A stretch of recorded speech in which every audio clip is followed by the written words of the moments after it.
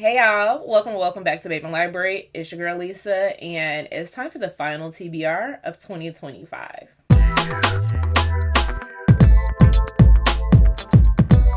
Y'all know I come here with all of the best intentions, hopes, and dreams, and yet and still, there's some books on here that have been on my TBR time and time again, and this is the final stop because I don't want to go back into 2026 telling y'all the same thing I told you in 2025. So let's talk about some of the books that I need to read. There are my 25 and 25 books that I need to finish up. There are some arcs that I need to read. And there's a few festive books that I want to get into. So first, let's start with festive. Now, a lot of them are going to be electronic, so I won't be talking about them in this video. But the one physical one I need to tackle is The Mistletoe Motive by Chloe Leese. Now, this one I think I've had for at least a year, maybe a year and a half. However, I choose to hold this one off until December just because I want to be in the vibes. Now, I've read from Chloe before. I really did enjoy her Berglund Brothers series. This one is a Grump Sunshine. I want to say centered around a bookstore. So it's giving that cozy feel. And I want to get back and see if there's something else by Chloe that I will love. So this is the one I'm going to pick up from her in the month of December. Let's talk about some of the arcs that I need to read. Now, I do need to read Sweet Little Hearts by Shanora Williams. This one comes out, I want to say December 30th. And I'm very excited because not only do I have the e-copy, but I also have the audiobook because I am on Shanora's ARC team, and I'm very excited. This is a sports romance with a nanny trope, and so it's just going to give me those vibes of, yeah, like I want you, but I shouldn't, and forbidden in all of the ways, but you're mine. So I'll be reading that next month. I will also be reading Tanveer Pert's One Night Stand. This one is also a sports romance. It is featuring a rugby player. I don't know too much more than that, but I do know we met these characters in Elegance the D, which is one of my favorite reads of 2024. I'm hoping that she could do a repeat of me enjoying that sports romance, that rugby action, because I'm going to be honest, I don't know much about the sport, nor have I read much about the sport. And so Tanveer is the only person that's doing this for me, and I love that. So I will be reading this. I think it comes out on December 18th. I will also be reading The Love Audit by Lucy Score. This one is coming out, I want to say December 2nd. This is also a workplace romance. This one, I believe they are actually fake dating and they're either rivals or they're competing for a contract, something to that nature. Either way it goes, like Lucy Score is always a funny, cozy, bantery read for me, and I just can't wait to pick that one up. So those are the 3 arcs that I'll be reading in December. And then the rest of this stack is everything from my 25. For 25, I am planning on crushing that challenge. If not, I think there's probably 1 or 2 that I won't read, but I will be unhauling those books because that is my next video that I'll be filming. So let's talk about the ones that I still have left remaining. Currently, I am in the middle of Equivalent Exchange by Christina C. Jones. I'm about 30% of the way through. Everyone loves this one. Right now, it's a little bit difficult for me to get to the point of loving because the male main character is very off-putting to me. But I believe everyone says, hey, just stick with it. It'll get better. I do appreciate that it's dual point of view, so hopefully I'll be able to understand his point of view. But this one is a workplace romance where our main male character owns a whiskey distillery and he is venturing into the beer industry, and he meets a graphic designer, and he meets this woman at the bar that he happens to own, and she says, hey, I do graphic design, and she is in desperate need of a job. So he takes a chance on her, and it is their romance. Now, they started off with a one night stand, and that left to something a little bit rocky now that they're working with each other. So this is the one I'm currently reading and will continue for my 25 and 25. I will also be picking up Mel Dow's The Choice Is You.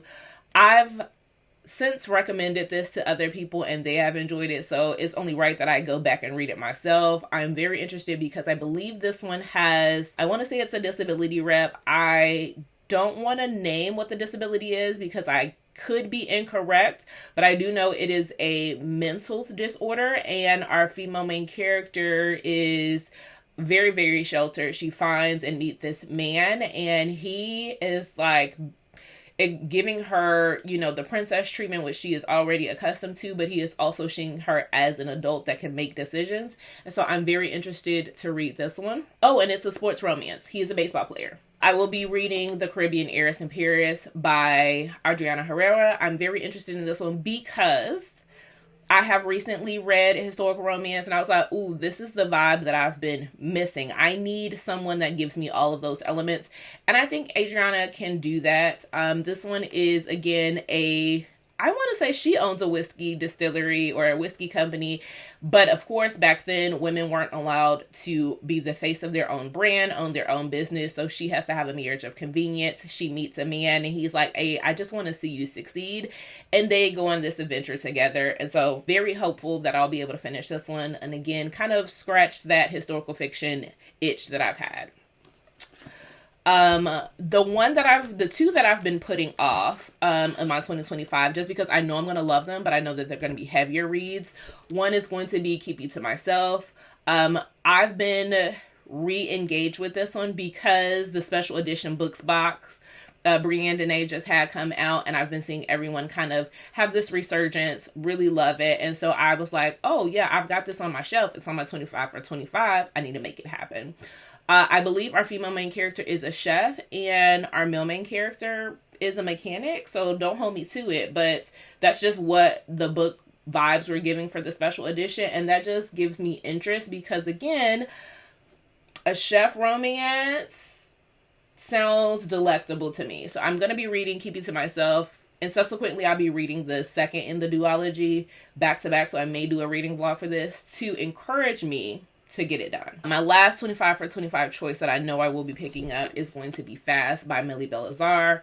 Y'all have probably heard from me a time and time again. I have held off on this one just because I know it's emotional. I know it's going to wreck me, but I know it's the end of the year and I need to, make sure that my favorite books of the year is stacked. And because I highly anticipate this being a favorite, I figured why not end the year with a bang? So let's go ahead and read Fast. Let's just enjoy the ride and be emotional and come cry about it on camera. So that's exactly what I'm going to do with this one. And then the last and final book that I will be reading, and I do need to read it this month because I am tired of talking to y'all about it and not having read it. I am tired of my homegirl saying, hey, have you read this? Do you plan on getting your life together? Are you with us? Is something wrong? And I am tired of looking at the fact that I have these on my shelves and I have all of the audiobooks as well as the physical books and I'm not doing nothing about it. That's going to be Capadonna by Jack Wilger. Yeah, y'all heard it here. If I don't have this one read or this one read, and honestly this one read, if I don't have either three of these read by the end of the year, feel fully within your right to bully me in January. Please. I'm giving you permission. Say, hey girl, Babeinlibrary, what you said you was going to do. Oh, you didn't stand on your business, because I think I've talked to you all about this 3 and 4 months in a row. If not, I definitely have been talking to someone 3 and 4 times a month about this. Still haven't read it. Needless to say, this is where our main character, he comes out of prison, but while he is in prison, he meets a woman that he is immediately and instantly attracted to. Unfortunate part about it, she is currently married and her husband is trash. And he's like, oh, he left you with no way home. He's supposed to protect you.